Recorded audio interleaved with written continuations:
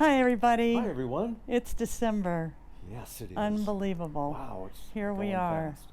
Actually, for us, as is always the case, because we release these on the first of the month, it's still November, and we are busy. We are packing for a move. And they say that moving is like one of the top three stress events of your life, which always sounded so ridiculous to me, but I think there might be something to that. You think so? Yeah. The other thing that I'm finding out, and I'm one of the people who was quoting that through my professional time in the graduate school. Anyway, it really is feeling like an opportunity to be super present.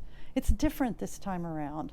I mean, of course, there's that routine thing of what do you want to keep and what do you want to let go, and Yeah. it's all very challenging. But there's something quite invigorating and joyous about it too. Yeah. Now that we're really moving and that is underway to get moving, and Yeah. the planning is a little overwhelming and the execution is a little Yeah, overwhelming. we are people who like books, and so moving books, Yes. that's a special thing. Yeah, Yeah. it's true. It's amazing. Anyway. So, but it reminds me, at least, and I'm curious what you'd have to say about this, of in some ways, this is part of what made us think about evergreens.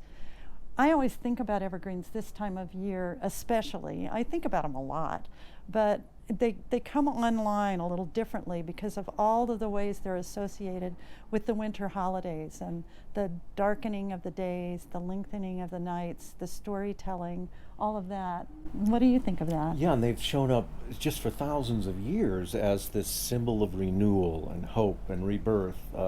3,000 years ago, the Celtic cultures were honoring it around the winter solstice. They would honor conifer trees, and lo and behold, here we are with our Christmas trees. Many of us still basically doing much the same, and it's an opportunity, I think, for us to look at evergreens and think about renewal and think about the seasons turning and the potential that's coming our way and that we have in this moment. Yeah, the thing about the resilience and the reliability of evergreens. But for one thing, I want to say, we've got these beautiful, we've got 5, you can see, maybe you can see 3 of the grandmothers, is what we call them, that we look out at from this place where we've been living here in Bozeman. And we so appreciate their reliability and their presence, and just the everlastingness of them. What we can, and of course they will go through a life cycle, but they feel so present and so capable of endurance. Yeah. Gary, you've been writing about the ponderosa, which is a particular kind of evergreen. Yeah, I want to first go back to your comment about them being resilient. Okay. They suggest resilience. Yeah, in fact, they were the primary tree when the dinosaurs were running around. This was tens of millions of years before there was such a thing as flowering plants. And so they've been around a long, long time, and they've sort of mastered a wide range of environments. You can get pinyon junipers down in the deserts, and they've got those waxy coated leaves that help them conserve moisture. Up here in the north, where it freezes so hard, they actually kind of exude the liquid from their cells, the water from their cells. And when water freezes, it forms ices, needle-sharp kind of ice picks. And that's what destroys cells, and that's why deciduous trees have to drop their leaves. But the evergreens kind of push that water out between the cells, and so if that freeze happens, it does not damage the cell. And So wait a minute, are you talking about the pine, what we call pine needles? Some of us? pine needles, right? And so Pine those needles, needles fir have needles, that spruce needles. going on in their Yeah. makeup. So when it comes time that the cold weather is around the corner, they start that process of exuding, if you will, some of that moisture of their cells, because otherwise all the cells would rupture and they'd be in bad shape. But also even their shape. We see the shape of the here, trees. the shape of the tree, being kind of this tower that sheds snowfall, and those limber, flexible branches that let snow loads go off. And the reason you'd want to let snow loads go off is so the needles are exposed to the sun again, so that they can continue to conduct some level of photosynthesis, which is the whole advantage of being an evergreen. You don't have to take a long holiday between fall and spring. You can just kind of keep on doing business at least on a modified degree for the whole year. Yeah. So Yeah. that's so cool. And you know, we humans, we are really drawn to going to all different ecosystems ourselves, it appears. That's what humans have been doing, migrating, moving from place to place. And now there's hardly a place on Earth that hasn't been touched. There may not be. Yeah. We don't yeah, know that yeah, for certain. certainly. But in order to do that, we humans must be resilient and we must be adaptive and we must be well equipped so that we are able to survive in those situations. And we certainly know plenty of stories of not surviving.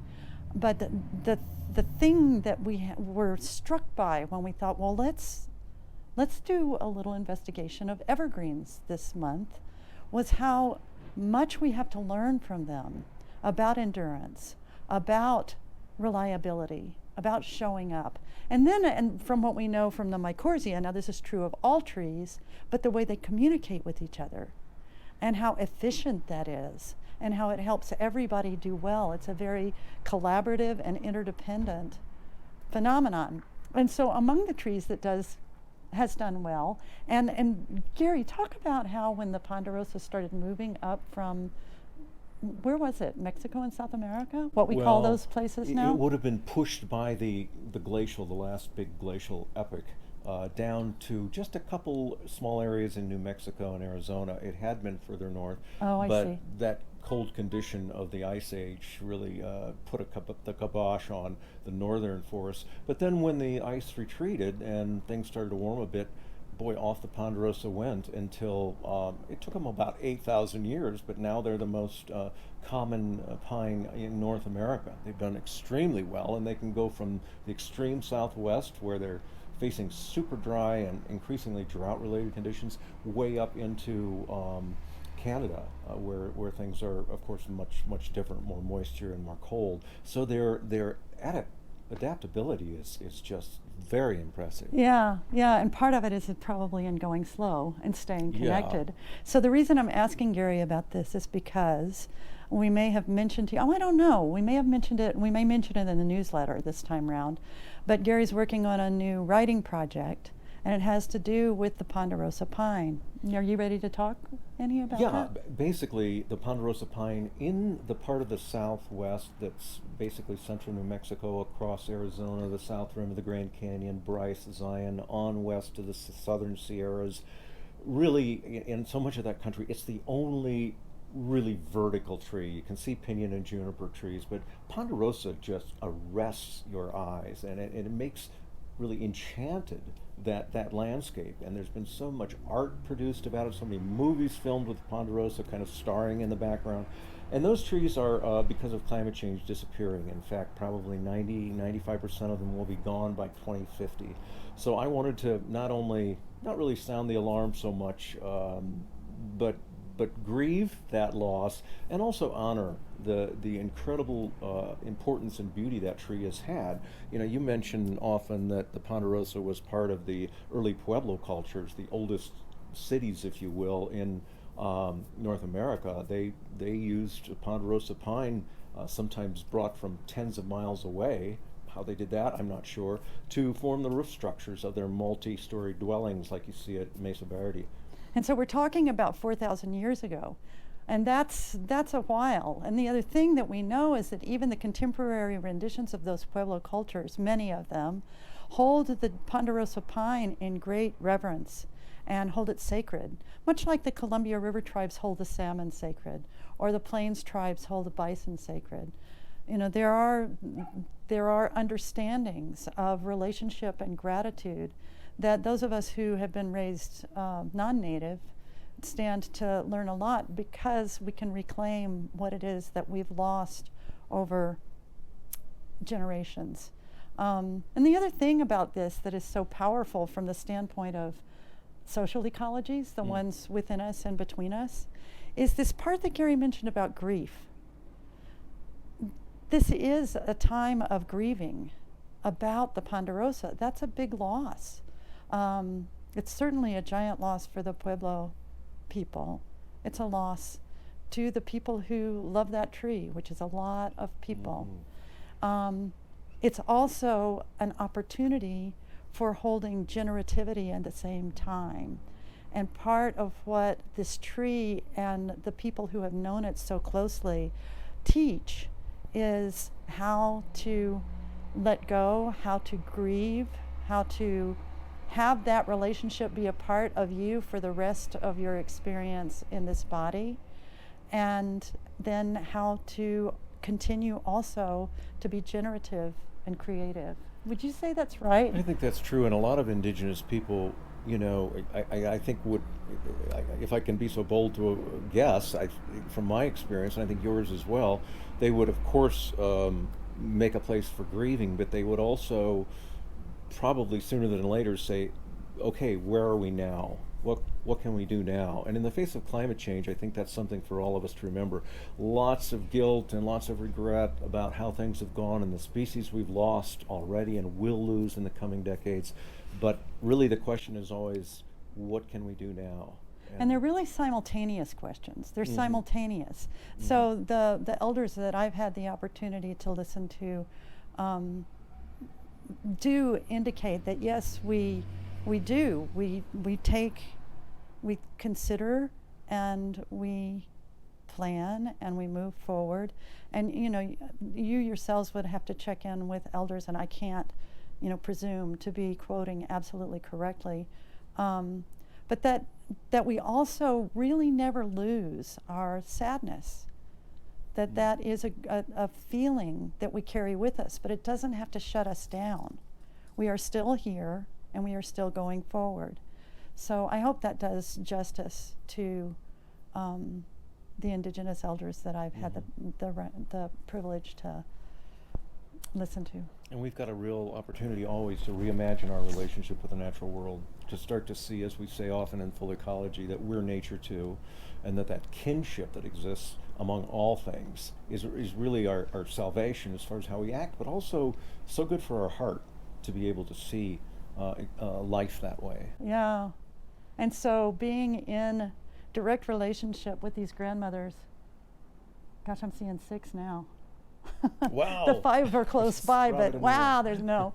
They just take such a long time to grow here in arid Montana. And so they're precious anywhere, but there's something special about these getting so big and having been here for so long. So that's what we've been thinking about this month. Yes, And that's the what next we've been thinking thing, about. on Tuesday, the 12th of December, wherever we are, and we're not sure exactly where that will be, we will find some Wi-Fi, and we will do the deep dive at 6 o'clock Mountain Time. And what we'll do is spend more time catching up with you all, but also considering the evergreen and what we have to learn and what we have to celebrate about that wonderful relative of ours. Yeah, there's so many fun things that we're looking forward to talking with you about. So yeah, if you can tune in, please do. Again, as Mary said, we have no idea where we'll be, but we're going to do our best to Well, hook we up. have some vague ideas. Yeah, but well, yeah, right. We won't be at the North Pole, but yeah. That's true. No, we Okay. won't be. All right. And the other thing then is that we really would love for you to check out our website, www.fullecology.com, and take a look at the retreats that we're offering in just 6 months in June. One at solstice and one the week after. The solstice one is focused specifically on full ecology, but we're bringing in meditation and inquiry, and we have a special focus with a special guest on food. Yes. Yes. And then the other one. The other one is a writing workshop. We had such a brilliant experience with everyone at last June, and we're doing it again. And this is a chance to really hone your writing craft through some very, very effective prompts and exercises and feedbacks and one-on-one with us, but also a chance to really kind of connect to the landscape of that wild Centennial Valley, and through that connection really feed that creativity that creates your writing. So we're very excited and can't wait to be at that again. Yeah, so be in touch. We're at Connect at fullecology.com. Yes, we are. And we love hearing from you, so it would be great to have a, just send us a question. Ask us if you think that you're, oh, by the way, there's a special this month. If you register this month, we will give you $100 off. So give that a go. We'd love to have you with us, of course. That could buy some good wine. $100. Well, I think it's, for Yeah, some people, it several could bo- buy several bottles. one. Yeah, well, for yeah, some that's people. true. My tastes tend to be a little bit below that, but hey, Yeah, meanwhile, we are sending you all the best wishes for this holiday season, no matter what you celebrate and all things that you celebrate. And all of them are linked somehow to our celebration of this incredible natural world that we get to be in and of. And so we send our best to you and your family. yes, yes, be well, healthy, and happy, and enjoy all the relationships that mean so much to you as the month unfolds. Yeah, and we'll look forward to seeing you at the deep dive on the 12th. Yeah, It's good to see you, and we'll see you next month. thanks. Take care. Bye for now. Bye.